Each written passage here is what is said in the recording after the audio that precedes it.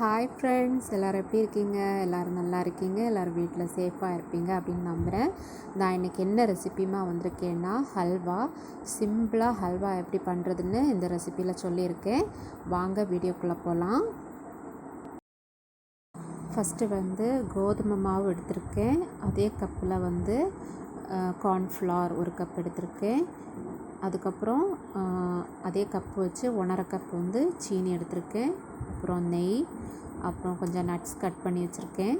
அப்புறம் kesari powder mix பண்ணி வச்சுருக்கேன் தண்ணியில். அதுக்கப்புறம் அதே கப்பில் 4 கப் தண்ணி எடுத்து வச்சுருக்கேன். இப்போ வாங்க மிக்ஸ் பண்ணுறது எப்படின்னு பார்க்கலாம்.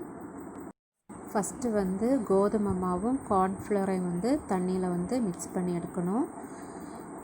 1 கப் கோதுமை, 1 கப் கார்ன்ஃப்ளவர். வேணால் நீங்கள் 1/2 கப் கோதுமை, 1/2 கப் கார்ன்ஃப்ளவர் அப்படி கூட எடுக்கலாம்.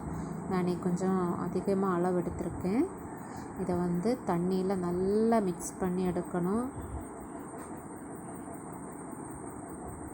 1 கப் கார்ன்ஃப்ளவர், 1 கப் கோதுமை, அதுக்கு 4 கப் தண்ணி, அந்த மாதிரி வச்சு நல்லா மிக்ஸ் பண்ணி எடுத்துக்கோங்க.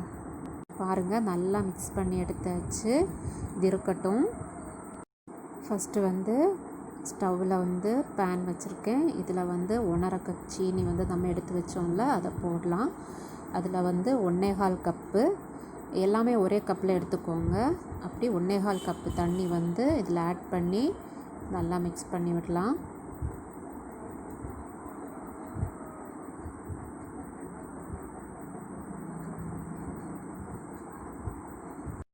அப்புறம் இதில் கொஞ்சமாக ஒரு பிஞ்ச் உப்பு போடலாம். அப்போ தான் டேஸ்ட் இன்னும் அதிகமாகும். ஸோ ஒரு பிஞ்ச் உப்பு போட்டுக்கோங்க. போட்டு நல்லா மிக்ஸ் பண்ணி விடுங்க. பாருங்கள், சீனி ஃபுல்லாக கரைஞ்சிருச்சு.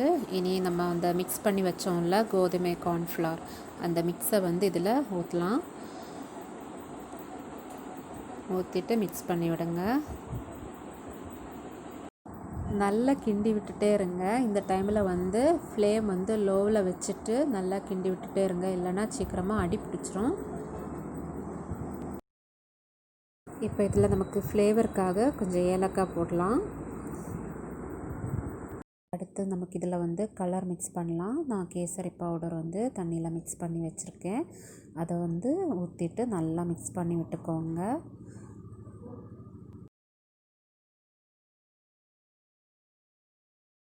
அடுத்து இதில் நமக்கு 1 ஸ்பூன் போல் நெய் போடலாம். கொஞ்சம் டேஸ்ட் அதிகமாக இருக்கும் நெய் போட்டோன்னா. அடுத்து இதில் நம்ம நட்ஸ் ஆட் பண்ணலாம். உங்கள் வீட்டில் எந்த நட்ஸ் இருக்கோ அதையே ஆட் பண்ணிக்கோங்க.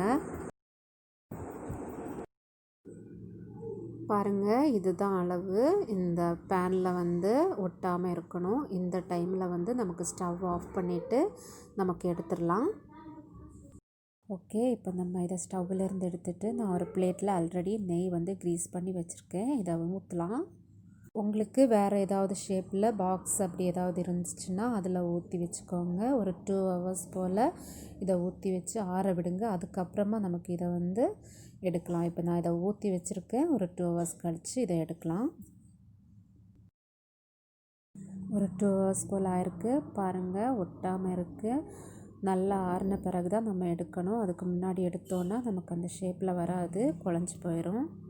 நமக்கு இப்போ இதை வேறு பிளேட்டில் மாற்றலாம். பாருங்கள், எவ்வளோ அழகாக வந்திருக்கு. நான் இதை இப்போ உங்களுக்கு கட் பண்ணி காமிக்கிறேன். பாருங்கள், நான் இப்போது இதை ஸ்கொயர் ஷேப்பில் மாற்றி எடுத்திருக்கேன். உங்களுக்கு எந்த ஷேப் தேவையோ அப்படி கட் பண்ணி எடுத்துக்கோங்க. பாருங்கள், கட் பண்ணுறது பாருங்கள், அவ்வளோ ஸ்மூத்தாக இருக்குது, அவ்வளோ டேஸ்ட்டாகவும் இருக்கும்.